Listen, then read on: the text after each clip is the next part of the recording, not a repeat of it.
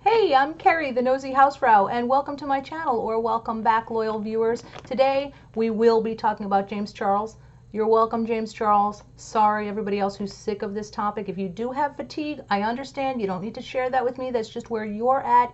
You vlog you, and I'll understand if you come back another day. But I have some things I want to chime in on this topic. And I am sister telling you, I'm not sister going, I'm not going to Coachella without you, and that sister ain't free. We sat on the same plane, we both sat in first class, we both seemed to like me, and I showed my whole ass.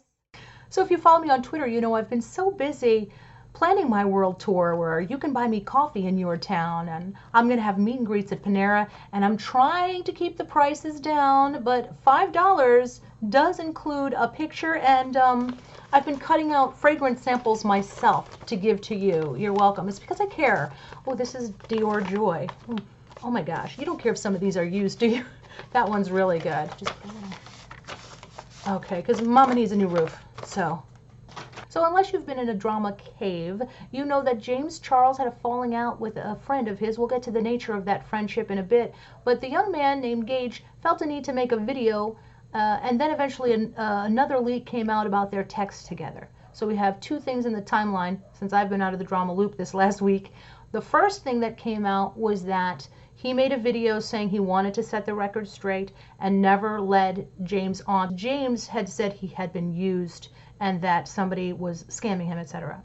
And in his video, he said, no, I never let him on. I told him I was straight. I told him I wasn't interested. And I will put, of course, the links below to these things. And I will be putting a link to the viewer's voice because he does a very good job with the first and second videos on this. He reads all the texts. So did Dustin Daly. Read all of the text between these two. That's where I got a lot of what was going on. I was driving and I put on the drama channels. So I have something to say about this. My first feeling watching the first video where this person said that, you know, they didn't lead James on and they don't know why James is so mad, etc. I felt that it was inconclusive, frankly. I felt like I didn't know enough about both. I felt that Nick made good points at the viewer's voice regarding, you know, hey, you don't go after a straight person, you know, this is what happened with James, etc. And yet, as diplomatic as he was, there were people who felt he was victim blaming, and I didn't know who they thought was the victim at first. Like, to whom are you referring? And it turned out they felt that, from what I gathered, they felt that Gage was a victim and that Nick wasn't sympathetic enough, but he was. I think what happens is when people get fanatical about something, they start to see demons where they don't exist.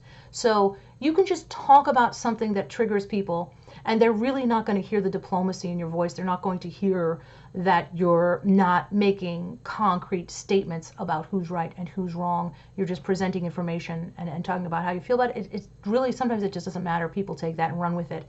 And if you're not with them, you're against them. So that can happen. That is definitely a side effect of vlogging. And you get pretty good at letting that stuff roll off you, as I think Nick addressed it very nicely. And that's in the comments under that video, which I will link below. My feeling about it was, I really couldn't tell in this first video where this guy was talking about this. I really didn't know who, there wasn't enough information. There was months of this friendship in which this person could have been leading James on, for all I know, and James could have been too aggressively pursuing someone. I don't know. What I do know is that I did sense that, and it could be because he was eating and looking away the whole time. Put the friggin' potato chips down and make your point, please. Not everybody wants to hear you crunching. Anyway, so anyway, I think the first one had gum, the second one had chips. Maybe he's nervous. So I felt that there was something he was holding back, and I couldn't quite tell. And I think he maybe felt guilty about wondering, because, you know, when you're young, if somebody likes you and you don't acquiesce, you may feel that you may go over it in your mind if they're really upset. Did I do something? Did I do something I'm unaware of? That could have been it. It could have been he's embarrassed. I feel like this is such a sensitive time for that young man, and I don't think it's right for people to drag him out of a closet he may not even be in. And I honestly, my advice to him would have been don't address it at all, and he probably would have been better off. But for some reason, he felt a need to clear his name, and that's his decision, not mine. Now, James Charles, on the other hand, I saw comments saying he was a predator. And in his second video, Nick Snyder said, yeah, I don't think he is a predator at all. Neither do I. People, come on, let's not throw that word around. What James is highly ambitious and perhaps a little indulged and not used to being told no. And I will get back to that too. I don't think he's a predator. I think he saw somebody as giving him an inch and he's used to making a mile out of that because that guy lied to get where he is. I know I say that a lot, but I don't think that should be forgotten. If you're going to talk about James Charles, talk about how he will do almost anything to get what he wants. Not almost anything, unethical things. So that could also be part of this. I do know James Charles tried to seduce him with money and gifts and things. Getting to the next video, after hearing Nick read out all of these texts between these two, I felt at the end that I didn't have any more information than I did before. It was two people trying to look good. It was James definitely trying to corner this person and in a sense say, don't do this to anybody else again. Well, I think he's not taking responsibility for what could potentially be his part in this.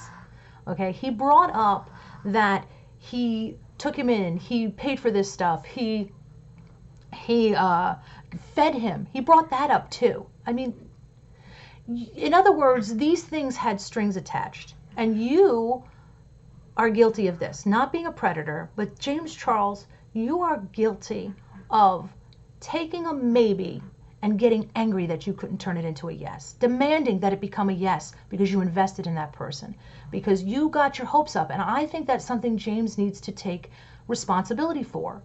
You got your hopes up. I want to talk about a message he sent to Nick Snyder saying that he's not a victim and he's learned his lesson about involving himself with someone like this. That's a conflicting message because you can't say you're not a victim and then mention how you're a victim. I'm not a victim here. This person did this terrible thing to me and I will get over it, you know, and I've learned my lesson about how I'm such a victim, but I'm not a victim. What you really should say, to not come across as being intellectually dishonest, you should say, I don't want to seem like a victim. I accept my responsibility in this. I don't want anyone to feel sorry for me because I recognize what I had to do with this situation and it's a growth experience, etc. So here's a guy who said, I'm not into experimenting at this time. That could be where James, you know, heard. So you're telling me there's a chance? Yeah! It's like you're straight, but not as an arrow is what I'm hearing. And that was maybe what he wanted to get the person he wanted. And there are a lot of people who are saying that James Charles needs to stop going after straight people. I think people are getting this very convoluted. There's a lot of discussion going on and people arguing facts we don't have. The fact may be that James Charles likes gay men when they're on the cusp of coming out of the closet and seem straight to him and that are kind of butch. Why can we fault him for that? There's nothing wrong with that. However, if you're going to get involved with someone who is uncertain of where they are in their life, don't be surprised if you get hurt. Now, buying somebody's stuff, I mean, you can't just be like so over the moon about somebody and then get mad that they just weren't on the same page, that it didn't happen. To me, it seems like almost a tantrum that nobody's allowed to tell you no. I've been buying you drinks for a while, and I just gotta let you know that, bitch, you mine. What I think happened is that this person was unsure, got a little seduced by the money and all of those other things, and then got weirded out and backed off. And at that point, James had already had it in his head that this was a full-blown romance and it was supposed to go the way he wanted. That's how I see it. I do not think for a moment he's a predator. I think he's young and gung-ho and very much entitled and wants what he wants when he wants it, and didn't accept that this person told him no. Now, I understand that he got hurt, but he can't say that he's learned his lesson and then say that that lesson is that he'll just avoid people like that. And then he said to this person, don't do this to anybody else. I should mention that that don't do this to anyone else comment was part of the mysteriously leaked text exchange between those two. And when I read or heard that he had texted to him, don't do this to anyone else, I thought, don't do what? For somebody who says they're not a victim, you sure are talking like one. What did he do to you? Be somebody you can't have? Oh yeah, don't do that to anyone else. Don't be friendly. Don't offer anyone friendship if you're not willing to have anything more.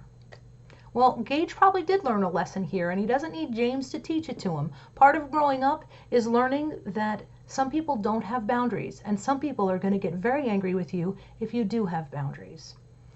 So saith a housefrau, and if you've listened this far, I so appreciate you. I can't wait to hear what you think down below. Please don't come for me. I did this really fast and off the cuff, so if I didn't word everything so perfectly with all of the proper disclaimers, please forgive me. I certainly mean no harm, and intentions should matter. And I can't do this without you, because there is no I in team, but there is T. So corny. I'm keeping it. I'll see you next time. Thank you so much. And oh my gosh, I cannot forget this again. Jane Doe, you sent me something to my P.O. box, a card, which I really appreciate. Around Christmas time, I got so many cards that I did not expect to get. I thought I'd get maybe 10, and I got dozens. And I wound up having to put everybody's name in manually into a spreadsheet and randomly draw out Jane Doe. As generic as that is, I know you know who you are, Jane Doe. If you catch this, if not, you'll know who you are when you get your $50 Sephora gift certificate in the mail, because I have your information. But throughout the year, I'm going to randomly pick people who sent me cards last December, and notes and letters, and I will be sending you things along, letters and sometimes gifts, so please don't be surprised if you get that. I'm not going to announce it on my channel because I'm not applying for sainthood. They keep denying my application.